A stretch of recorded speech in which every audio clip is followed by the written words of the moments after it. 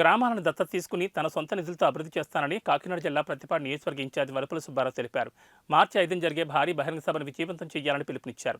Kakinada parliament YCP incharge Chalamalasetti Sunil, Prathipadu నియోజకవర్గ incharge Varupula Subbarao ఆధ్వర్యంలో జరిగిన నియోజకవర్గ స్థాయి వైసీపీ ముఖ్య కార్యకర్తల సమావేశం నిర్వహించారు. జిల్లాలో ఉన్న 400 గ్రామాలను దత్తత తీసుకుని నా సొంత నిధులతో అభివృద్ధి చేస్తానని తెలిపారు. భారీ స్కిల్ డెవలప్మెంట్ సెంటర్ను ఏర్పాటు చేస్తానని అన్నారు. కోస్టల్ ప్రాంతాన్ని పారిశ్రామిక పరంగా అభివృద్ధి చేస్తానని తెలిపారు.